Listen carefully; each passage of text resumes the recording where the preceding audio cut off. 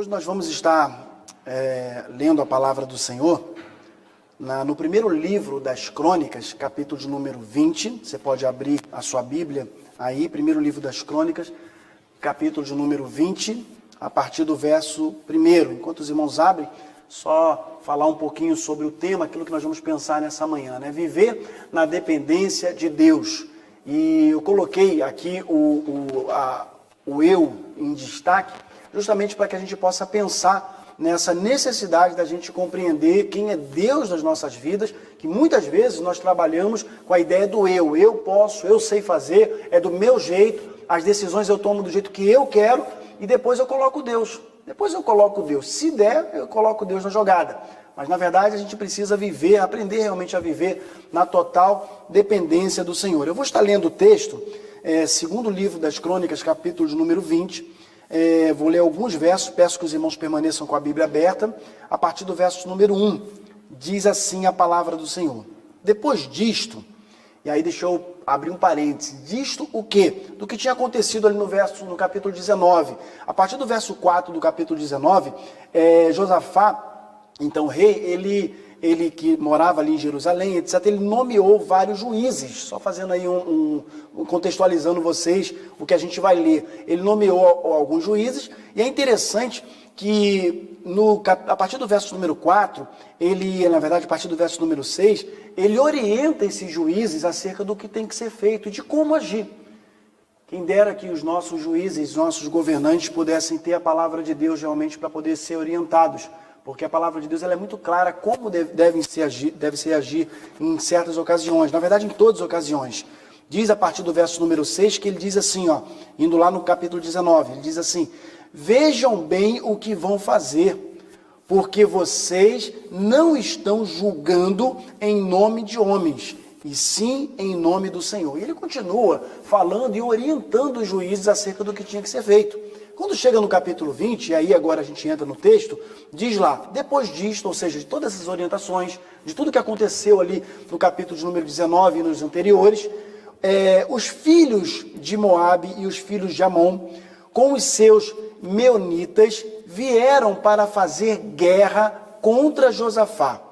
Então vieram alguns que avisaram Josafá dizendo: uma grande multidão está vindo contra Judá, do outro lado do Mar Morto, da Síria. Eis que eles estão em Azazon Tamar, e que é em Gede. Verso 3. Então Josafá teve medo e decidiu buscar ao Senhor, e proclamou ali um jejum em todo Judá. Judá se congregou para pedir socorro ao Senhor. Também de todas as cidades de Judá veio gente para buscar o Senhor. Josafá pôs-se em pé na congregação de Judá e de Jerusalém, na casa do Senhor, diante do pátio novo, e disse, e aí começa a oração, e a gente não vai ler nesse momento aqui, tá? Mas só para vocês entenderem apenas até o verso número 5. Pai, fala conosco através da Tua palavra, que nós possamos entender o Teu recado nessa manhã. Eu oro em nome de Jesus. Amém. Preste bem atenção.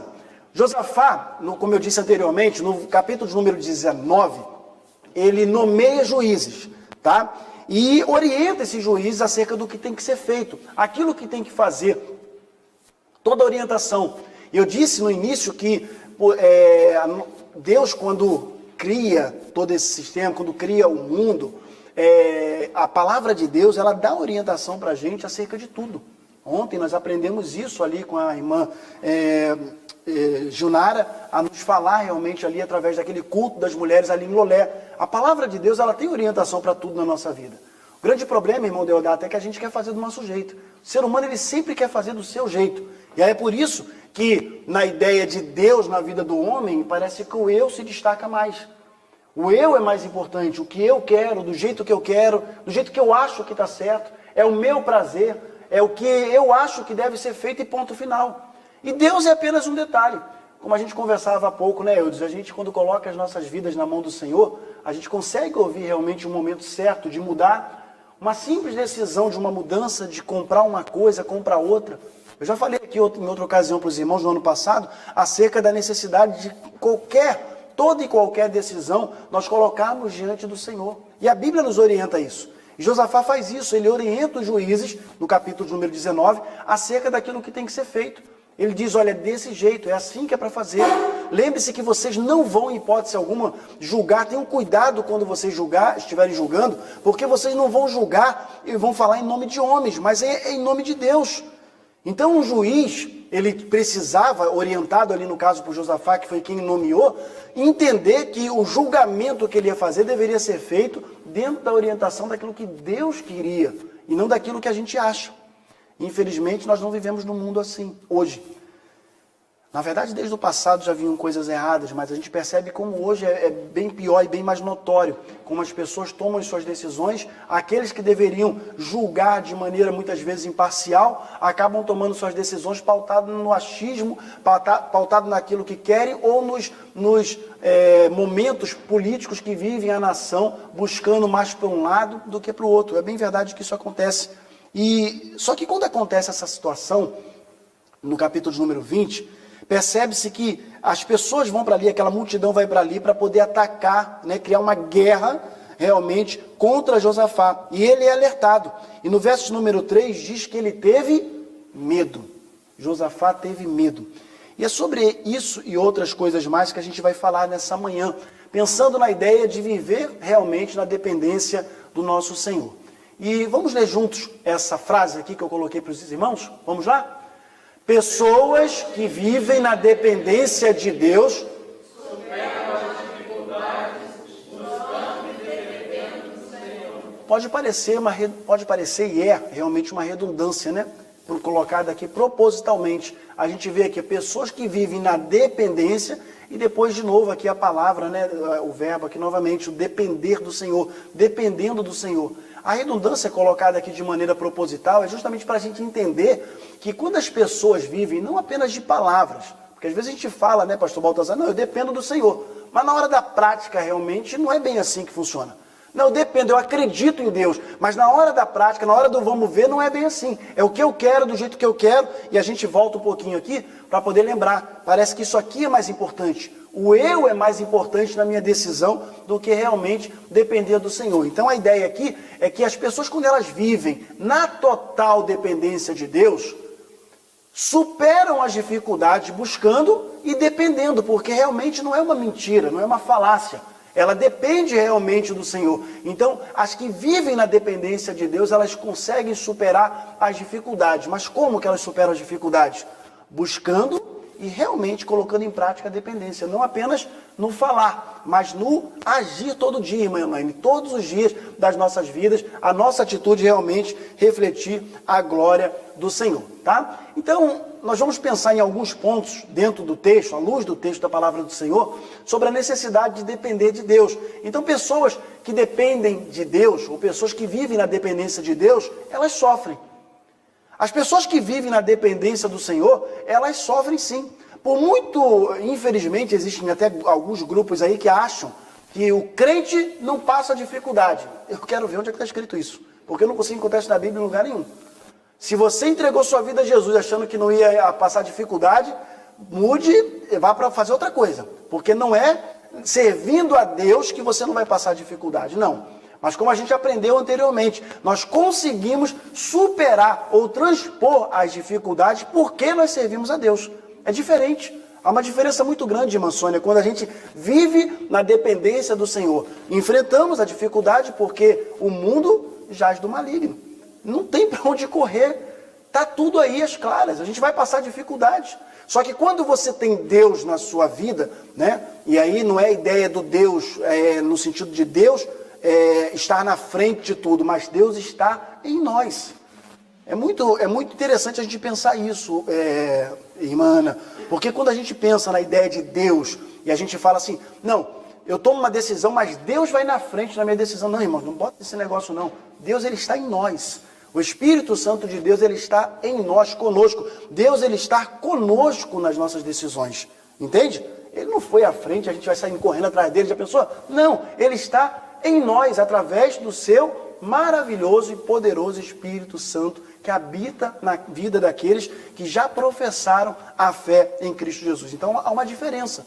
Então, quando eu professo a fé em Cristo Jesus, quando eu entrego a minha vida a Cristo Jesus, eu compreendo que o Espírito Santo do Senhor habita em mim. Se Ele habita em mim, vocês são inteligentes, pensem comigo. Então, não é que Ele está, eu estou com Ele.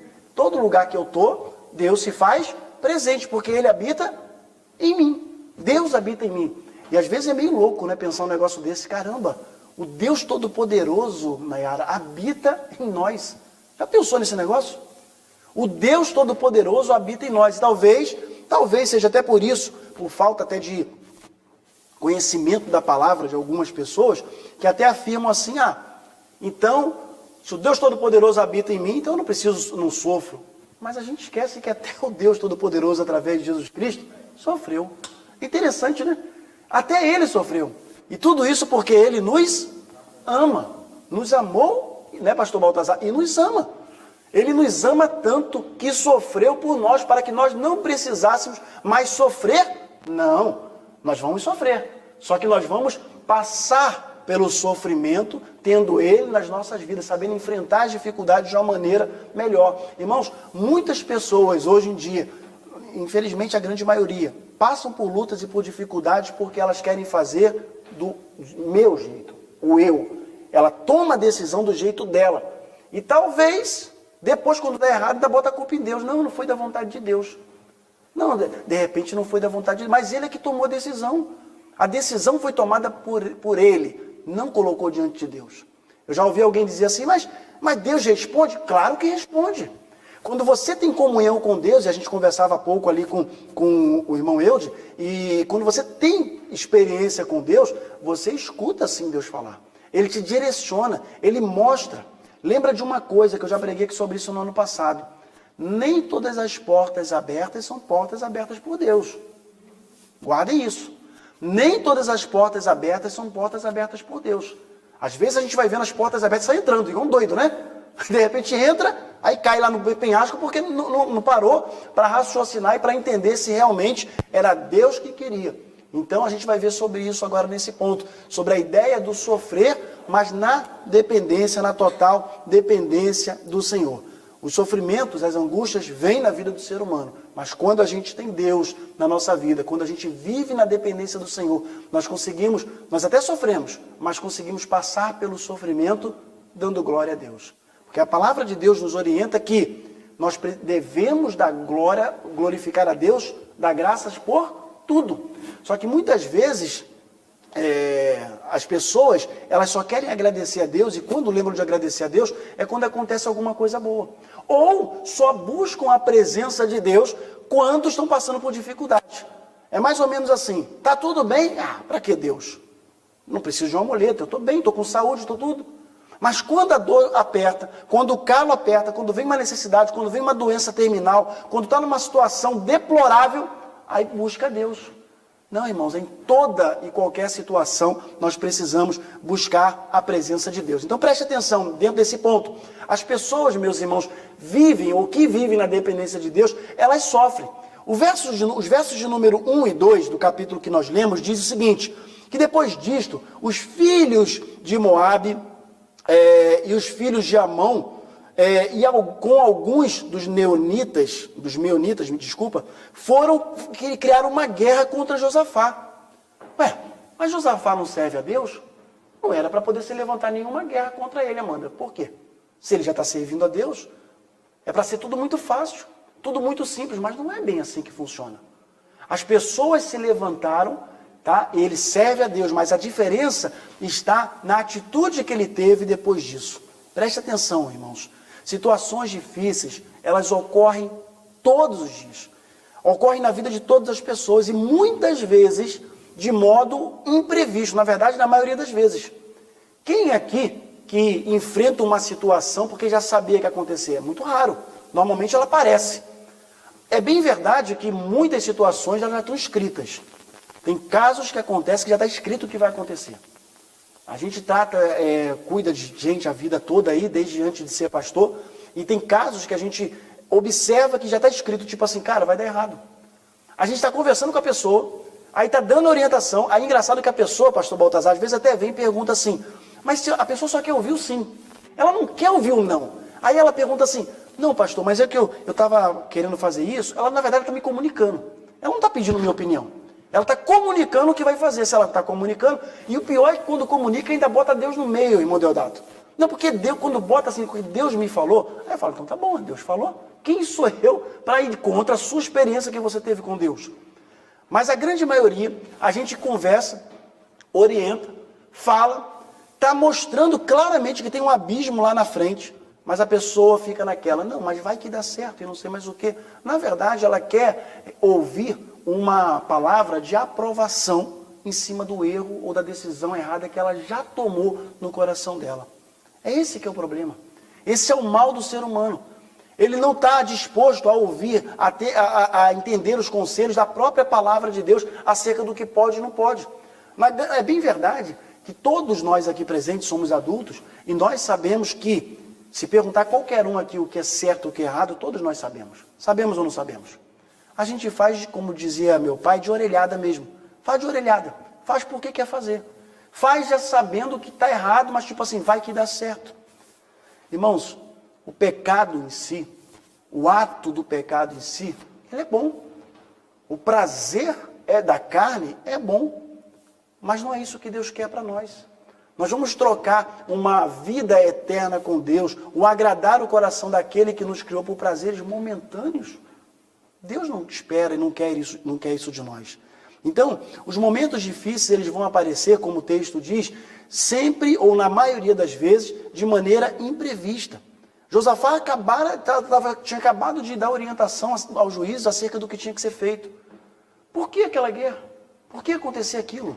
Claro que tem os porquês, a gente não vai entrar nesse tempo agora, porque o tempo não nos permite entrar nessa seara agora, que o tempo não nos permite, mas só para os irmãos entenderem.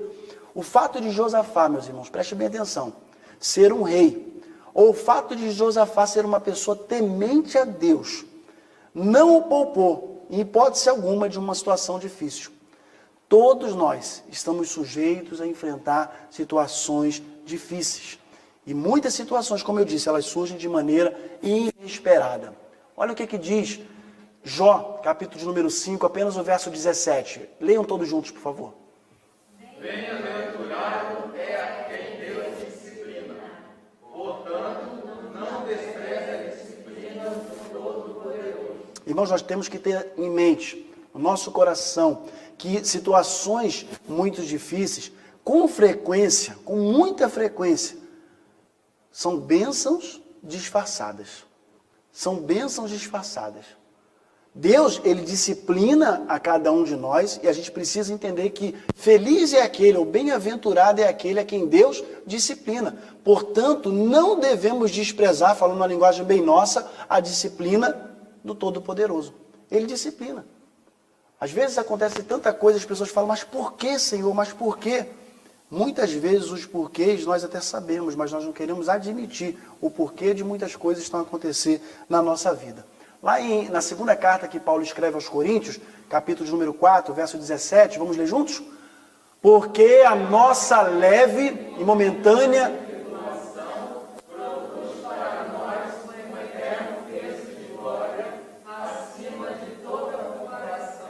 Irmãos, lemos esse texto no início, mas isso aqui é uma grande verdade. A nossa leve e momentânea tribulação, ela produz para nós um eterno peso de glória acima de toda comparação, toda e qualquer comparação. As tribulações, as coisas que acontecem nas nossas vidas, muitas vezes, irmãos, elas estão nos moldando. Elas estão nos ensinando. Deus, ele está nos lapidando para algo melhor, nos ensinando. Quem aqui, a gente não tem tempo de passar a palavra a todo mundo, mas só pensa e responda no seu coração. Já enfrentou uma situação de luta, por dificuldade lá no passado, e hoje quando você olha para trás, você fala assim, nessa eu não caio mais não. Não é verdade? Nessa eu não caio mais não. Porque você aprendeu, né, Ana? Você fez, estava errado, tomou uma lapada e aprendeu, não vai fazer mais. E quando a gente tem a nossa vida nos caminhos do Senhor, a gente consegue entender até de uma maneira mais clara, à luz da palavra de Deus. Sabe por quê?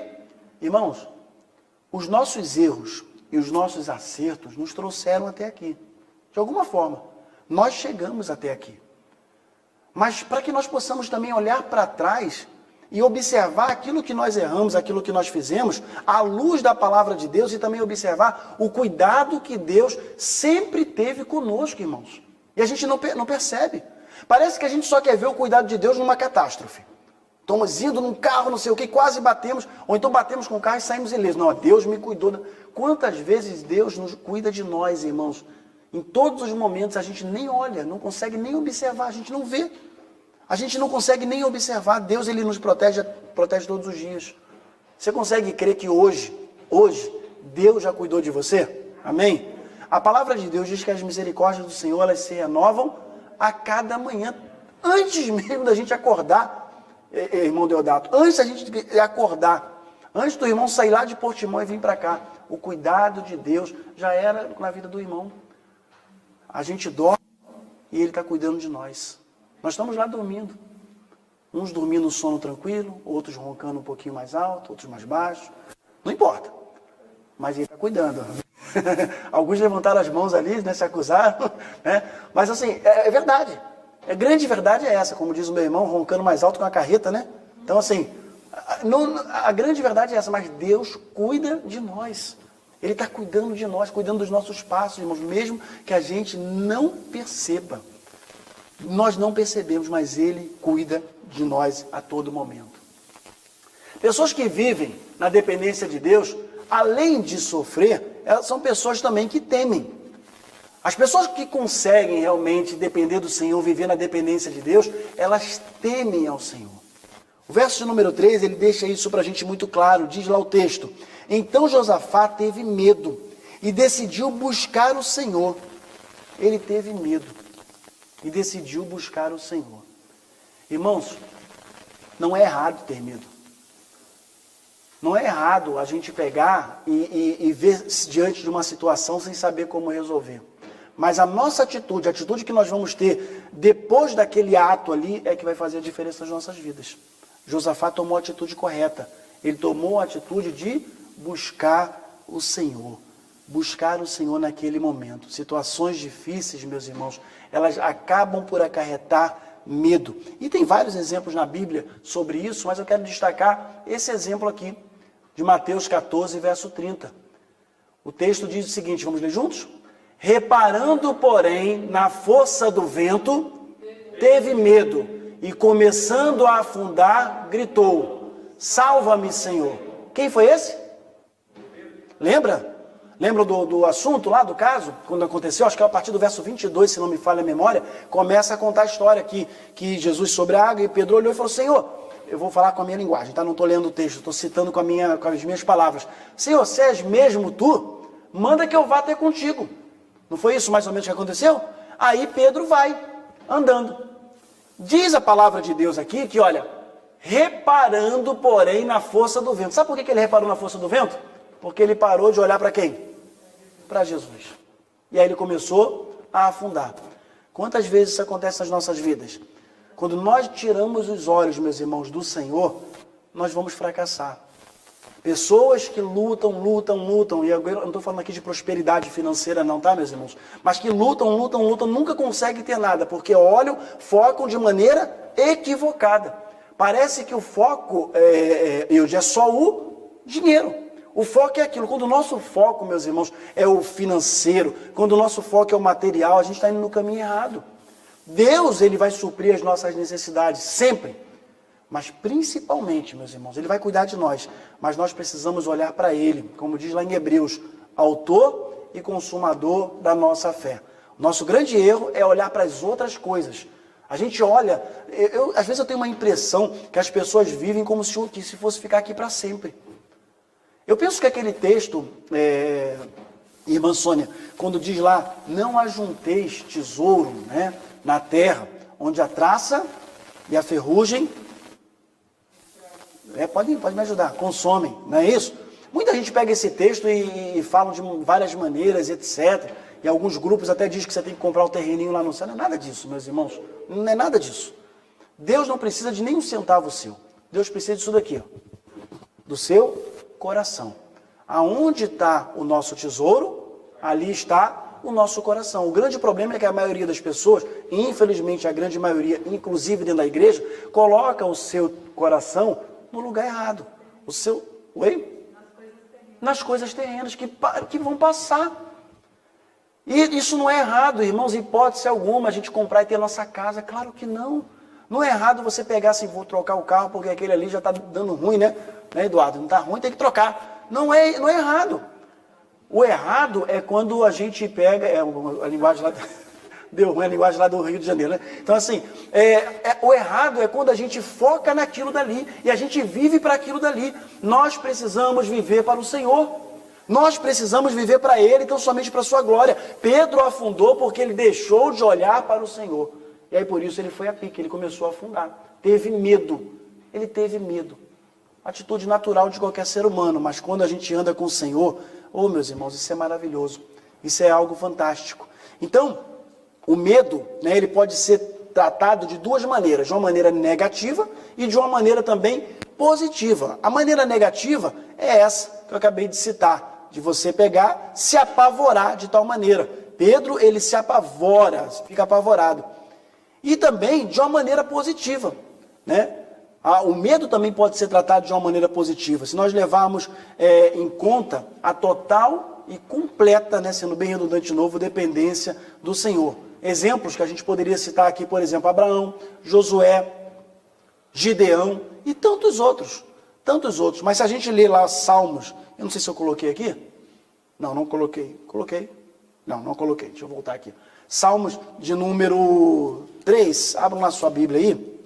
Esse eu não coloquei para os irmãos. Salmos de número 3.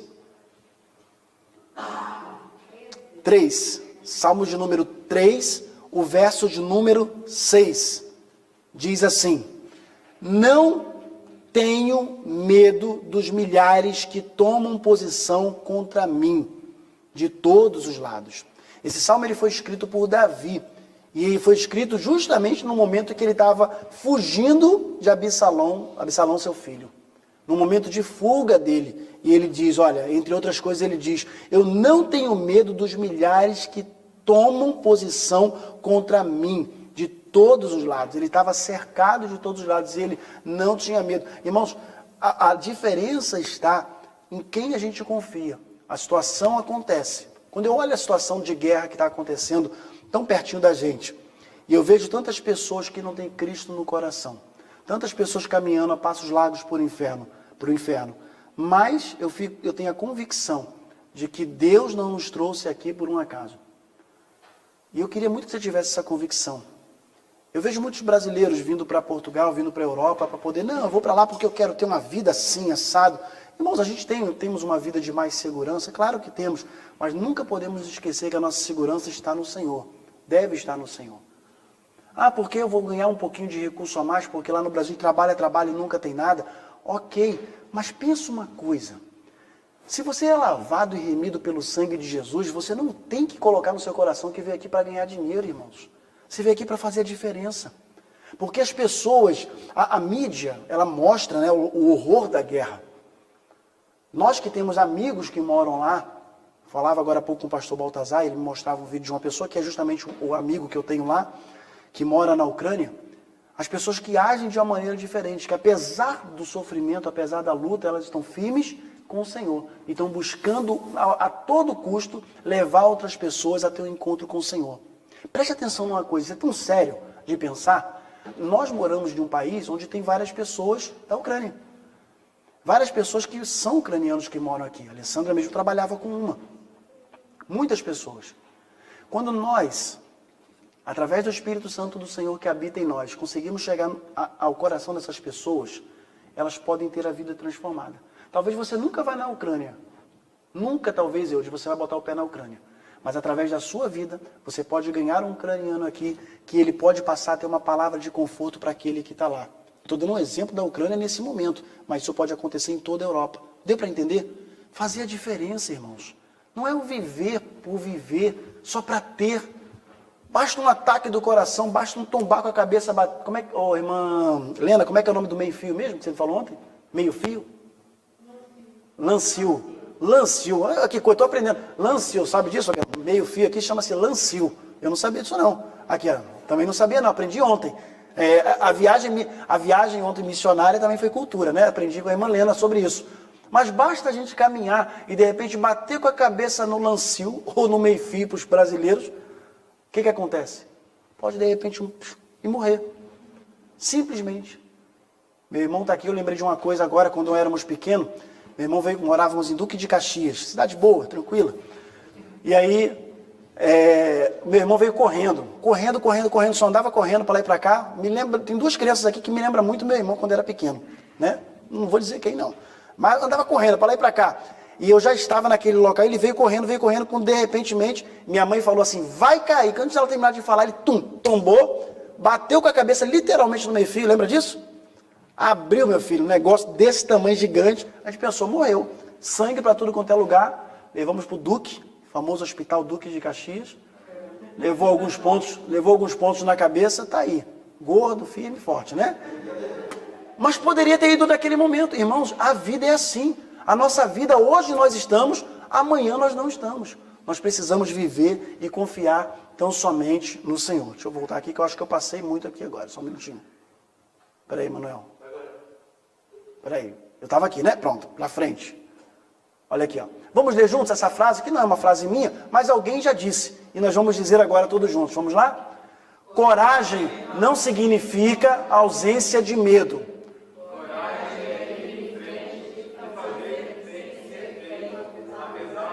Há uma diferença muito grande. Não é não ter medo, mas eu ir em frente, apesar do medo que me assola. É isso que faz a diferença. Provérbios, muda aí sua Bíblia um pouquinho mais para frente, Salmos, logo depois vem Provérbios. Provérbios capítulo de número 29, ou Provérbios de número 29,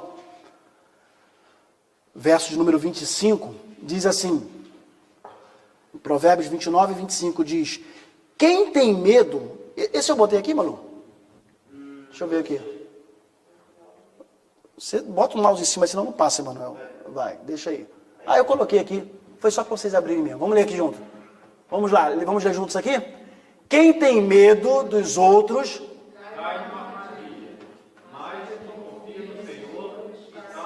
Isso, 2 leram. Agora vamos ler todos juntos, bem bonito. Vamos lá?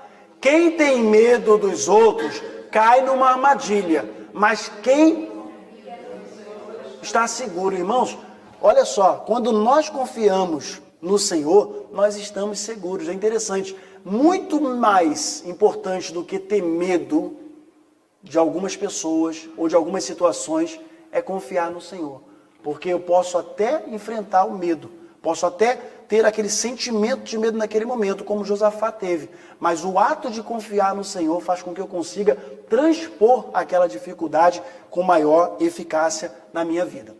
Em terceiro lugar, pessoas que vivem na dependência de Deus são pessoas também que buscam, ou seja, são pessoas sim que sofrem, que temem, mas pessoas também que buscam.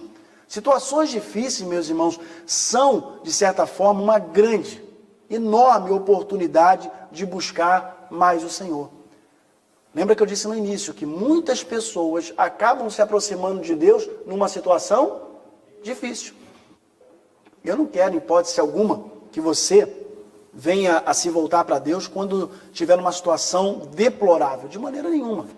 Mas é bem verdade que quando uma situação difícil acontece, as pessoas tendem, de uma maneira muito natural, a se aproximar mais do Senhor e a buscar mais o Senhor. Eu contei já aqui para vocês, quando morava no Rio de Janeiro, em Magé, eu fui membro da Igreja Batista no Vale das Pedrinhas. E tinha uma situação muito interessante que aconteceu de uma pessoa que estava precisando de emprego. Isso é normal.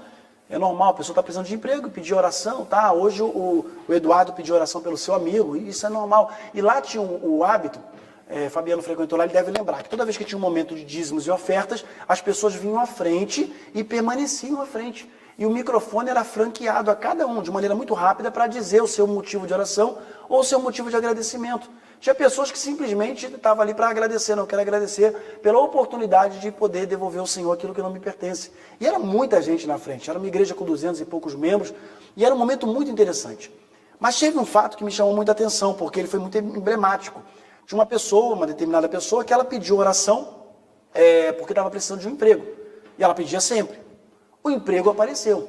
E foi um bom emprego mesmo. O emprego apareceu e ela começou a prosperar, a ter as coisas. E assim, trabalhava de segunda a sexta, aquele emprego que o crente pediu a Deus, né? Segunda a sexta, sábado e domingo, família, igreja, tudo legal. Só que aí começou aquele negócio, final de semana, região dos lagos, né? Família, a gente não é de ferro, a gente merece, Cabo Frio, Saquarema, nós não somos de ferro, a gente merece. Se fosse o meu irmão mineiro ali, ia para onde? Guarapari, né? Ia lá para Guarapari, né? A praia do Mineiro, ia lá para Guarapari, ok, sem problema nenhum. Só que aí o primeiro domingo, o segundo, o terceiro, não tinha mais tempo. E aquela pessoa que era tão ativa nas coisas do Senhor foi se distanciando. E eu nunca me esqueço do pastor José Gomes do Couto, já falecido, pastor que fez o meu casamento e me enviou para o seminário, e ele disse, e ele falava mesmo de maneira muito clara, ele falou assim, nós precisamos orar, falou num dia que a irmã estava, precisamos orar, né, minha irmã, para poder umas pessoas perderem o emprego aqui. Perdeu o emprego, porque quando tem emprego, as coisas acontecem, não era por falta de tempo, mas era por falta de prioridade.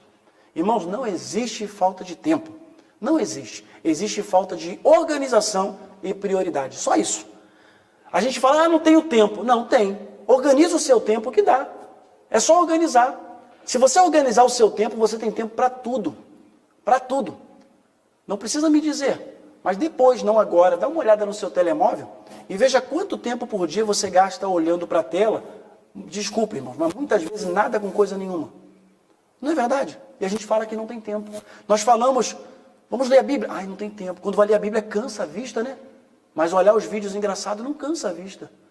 Ah, quando vai ler a Bíblia é difícil, ler um pouquinho, as palavras são difíceis. Mas o cara pode falar inglês, francês, em qualquer coisa. É engraçado, todo mundo olha. Tempo, irmãos, é questão de prioridade. O que a gente prioriza realmente? O que a gente está buscando? O que a gente está buscando? Estamos buscando a presença do Senhor? É isso que tem que fazer a diferença nas nossas vidas. Então, como eu disse, as situações difíceis, elas são grandes oportunidades para nós buscarmos a Deus. E a forma de buscar a Deus, em momentos muito difíceis, há várias formas, mas Josafá, ele fez duas coisas interessantes à luz do texto. Ele proclamou um jejum, tá? E é interessante que o jejum, que é uma forma de humilhação e demonstração prática mesmo da dependência do Senhor, ela foi aplicada, ela já havia sido aplicada muitas vezes no Antigo Testamento, basta você ler que você vai ver, no Novo, e inclusive pelo nosso Senhor Jesus. Não é verdade? Interessante. Não é algo para você pegar, dizer, estou fazendo, assim, não é nada disso. Nós somos batistas, a gente crê realmente que isso é algo muito pessoal ali da pessoa. Como a própria palavra de Deus diz, né? Acho que em Isaías, não é para poder fazer para que ninguém esteja te olhando. Eu lembro que em Isaías, acho que 58 ou 59, um desses dois capítulos, se não me falha a memória, diz que ele diz o seguinte, qual é o verdadeiro jejum? É o se vestir de... ele fala antes, é o se vestir de pano de saco? É fazer isso? É fazer aquilo outro? Mas o que agrada mesmo a Deus? Ele começa a citar várias coisas. Entende? Muitas vezes a gente quer fazer as coisas para aparecer. E aí a gente tem que lembrar da frase dita por João, que ele cresça e que eu diminua, né? A gente quer aparecer não para dizer que eu fiz, de maneira nenhuma. Tá certo? E uma outra coisa que foi feita também por Josafá foi o ajuntamento solene. Isso é fantástico. Olha só, o verso 3 diz que ele teve medo e decidiu buscar o Senhor. Proclamou um jejum em toda Judá.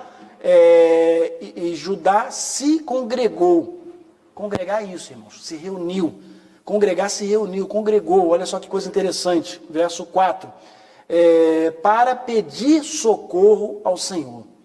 Diz o texto, né, no verso 4, que também todas as cidades de Judá veio gente buscar ao Senhor.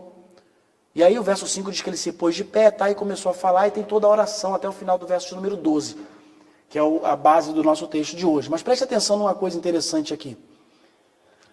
As pessoas antigamente, elas se reuniam para cultuar a Deus, para agradecer, para buscar a presença do Senhor. Sabe por que isso que me chama a atenção aqui? Hoje, e não fique chateado com o que eu vou dizer não, mas muitas vezes hoje, o ir à igreja, o congregar, para muitos parece ser um peso.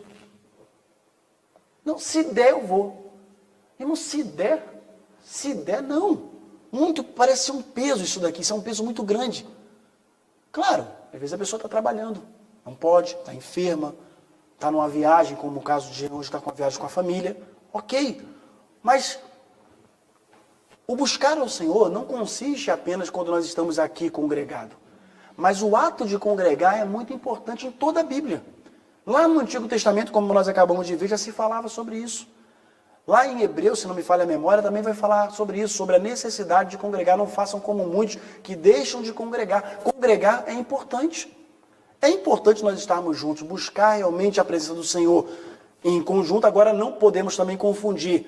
Eu fui à igreja domingo, peguei minha Bíblia, coloquei debaixo do braço, fui. Cantamos, etc. Ouvimos a palavra de Deus, fui para casa. Depois a Bíblia vai ficar lá, até sabe Deus quando, o dia de voltar de novo para a igreja. Irmãos, nós precisamos separar tempo de qualidade para buscar o Senhor. Todos os dias, irmãos. Não é de vez em quando. Temos que buscar o Senhor todos os dias. Lembra? O que aconteceu com Josafá foi uma fatalidade, uma coisa triste, uma coisa ruim. E ele reuniu o povo, teve medo, reuniu o povo e foi buscar o Senhor. Mas isso era notório na vida dele por causa da maneira como ele vivia com Deus. Muitos buscam quando precisam, quando estão enfrentando uma dificuldade muito grande, apenas, mas que a realidade nossa em buscar a Deus possa ser algo realmente constante todos os dias. Esse texto aqui foi o texto que Deus falou no meu coração, eu nem sei, tem que fazer a conta, mas em 1993, depois faz a conta aí, 93 para 26 anos. Rapaz, é matemática? É boa, hein? Fácil de lembrar, né? 26 anos atrás foi quando eu entreguei minha vida a Jesus. E foi com esse versículo que eu me converti. Eu vou conversar com a sua filha depois, hein? Aí, pronto. Irmãos, 28 anos atrás. Foi um culto da juventude lá na primeira igreja batista em Jaconé, que foi onde eu me converti. E era no culto de jovens, no sábado. O texto que foi pregado foi esse aqui, Isaías 55:6. E o hino, já falei várias vezes para os irmãos, 112 do Cantor Cristão. E eu entreguei minha vida a Jesus. Mas eu coloquei ele aqui, não foi por isso não. Preparando a mensagem, é porque ele fala muito ao meu coração por causa disso daqui. Busque o Senhor enquanto ele pode ser encontrado. Muitas pessoas brincam com Deus. Muitas pessoas vivem como se Deus é um acessório. Eu pego quando eu preciso. Quando eu preciso dele, aí eu vou até ele. É o meu refúgio não meu refúgio de fortaleza, mas é o meu refúgio quando eu preciso, eu vou lá e saco naquilo ali, como se fosse um acessório para mim. A gente precisa buscar a Deus, meus irmãos, enquanto ele se pode achar. Invoquem-no enquanto ele está perto. Isso falou muito ao meu coração. Eu levava uma vida totalmente errada, fazia muita coisa errada enquanto adolescente, tinha 17 anos de idade, e foi um tempo muito difícil realmente na minha vida quando eu entreguei a vida a Jesus naquela ocasião. Não tive ninguém para me acompanhar, enquanto igreja, a nossa igreja era uma igreja bem pequena, etc., mas fui aprendendo ao longo do tempo e estou aprendendo ainda até hoje. Todos os dias tem que ser um aprendizado para as nossas vidas, meus irmãos, mas o buscar ao Senhor tem que ser algo constante nas nossas vidas. E para uma pessoa não crente ouvir isso, foi muito forte para a minha vida, né? Porque eu não entendia isso. Eu nunca tinha entrado numa igreja e ouvi uma mensagem pregada totalmente em cima desse versículo, para a minha vida fez toda e total diferença. Então, buscar o Senhor, meus irmãos, é algo que tem que ser realmente necessário nas nossas vidas. E por último, terminando aqui, pessoas que vivem na dependência de Deus são pessoas também que confiam. E confiam em quê? Confiam na soberania, no domínio, na força e no poder de Deus. Josafá, se você vê o verso número 6, nós não lemos, mostra claramente isso. Diz que o verso 5 e 6 diz assim: Josafá pôs-se em pé na congregação de Judá e de Jerusalém, na casa do Senhor, diante do pátio novo, e disse, verso 6, ó Senhor, Deus dos nossos pais, não és tu o Deus dos céus? É interessante, ele não estava com dúvida de maneira nenhuma. Mas uma coisa que me chama a atenção aqui é que muitas vezes em nossas orações nós precisamos reconhecer, irmãos, me desculpe, mas às vezes a gente precisa realmente exercitar e aprender realmente a conversar com Deus. falar com o Senhor. Eu não estou falando daquela oração que a gente faz quando vai começar um culto, na oração que você faz antes de pegar uma direção de um carro, como fizemos ontem, na oração que você faz antes de comer, mas eu estou falando daquela oração que é ensinado lá por Jesus em Mateus, capítulo número 6. A oração que ele ensina realmente quando a gente está no nosso quarto, a oração quando a gente está sozinho. E quando eu vejo Josafá falar isso, pronunciar isso e outras coisas mais, ele continua aqui, ó, não és tu, verso 6 ainda, que dominas sobre todos os reinos e povos? Na tua mão está a força e o poder, e não há quem possa resistir, te possa resistir. Eu penso que o ato de afirmar isso é mostrar que nós confiamos no Senhor e que nós entendemos quem é Ele. Irmãos, isso se faz necessário. Se a gente lembrar de vários textos da palavra de Deus, como por exemplo, Neemias, Esdras, e vários outros, onde eles reúnem a multidão, reúnem o povo e lembra quem é o Deus Todo-Poderoso. Quando a gente lembra lá de Êxodo, lembra? Pregamos várias vezes aqui sobre Êxodo. Quando Deus fala para Moisés e fala assim, ó, Senhor, e quando Moisés chega para ele, quando perguntar quem te mandou, eu digo o quê? Diga que o eu sou te mandou. Mas ele não fala só isso. Ele continua um pouquinho mais à frente, ele fala assim, ó, reúna os anciãos. Não é isso que ele diz? Os mais velhos. Se fosse aqui em Portugal, eu diria o seguinte, reúna os velhotes. Reúna os velhotes, carinhosamente chamando. E diga para eles que o Deus dos pais deles, o Deus de Abraão, Isaac e Jacó, foi esse que mandou. Por que Deus falou isso? Para trazer a lembrança do povo, quem é o Deus Todo-Poderoso. Irmãos, quando eu penso sobre isso, eu olho para esse texto e penso na ideia de confiança, eu penso que Josafá, ele estava em sua oração, trazendo a sua própria memória e a memória daquele povo, quem era Deus. Eu não quero de maneira nenhuma ensinar os irmãos a orar e nem dizer o que os irmãos têm que dizer nas orações dos irmãos pessoais, de maneira pessoal. Mas, entre outras coisas, irmãos, inclua na sua oração realmente reconhecer quem é Deus. Reconheça quem Ele é. Sabe, irmãos, quando a gente, na nossa oração, porque às vezes a gente só fala com Deus, está precisando, né? A gente chega imaginário e fala assim, Senhor, ó, tá difícil isso, aquilo, outro, igual agora. Agora eu estou procurando, né, nova casa para morar. Senhor, tu sabes, preciso disso, etc. Mas antes de pedir a casa, eu tenho que aprender a reconhecer que Ele é o Deus Todo-Poderoso. E eu estou me achegando a Ele porque Ele, irmã Sônia, Ele é o Deus Todo-Poderoso. É Ele que pode resolver, não sou eu. É Ele que pode. E eu falei com Deus essa semana e falei exatamente isso, Senhor, quem nos trouxe para cá foi o Senhor, não foi eu. Aliás, eu estava muito quietinho no meu canto, eu morava em Brasília, morava num bom apartamento, tá meu irmão ali que não me deixa mentir, moramos no mesmo prédio por um tempo, morava num bom apartamento, tinha uma vida muito tranquila, com o nosso carrinho na garagem, novinho, cada 3 anos trocava de carro zero. Hoje eu tenho um 94, né? 94, o carro do ano da Copa. Deus nos deu um outro ali um pouquinho mais novo, mas e dava a vida tudo tranquilo, tudo tranquilamente. Então eu falei para ele, Senhor, foi o Senhor que nos trouxe para cá. O Senhor é que tirou a gente de lá e trouxe para cá. Então, por favor, resolva isso, porque eu creio que o Senhor pode resolver.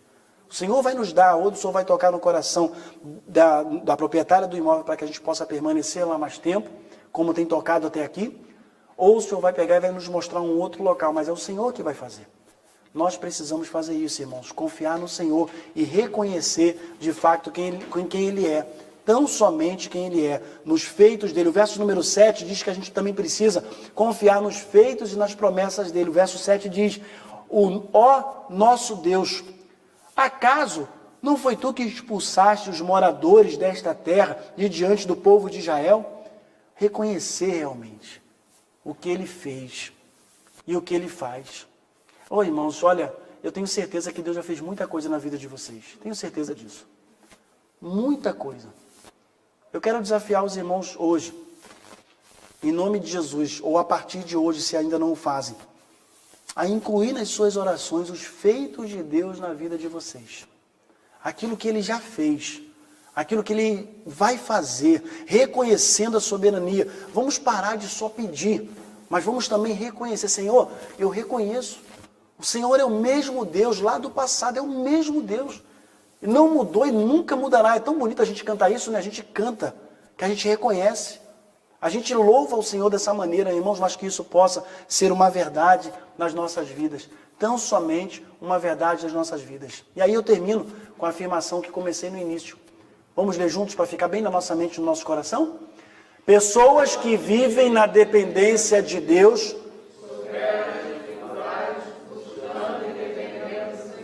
buscando e dependendo tão somente do Senhor.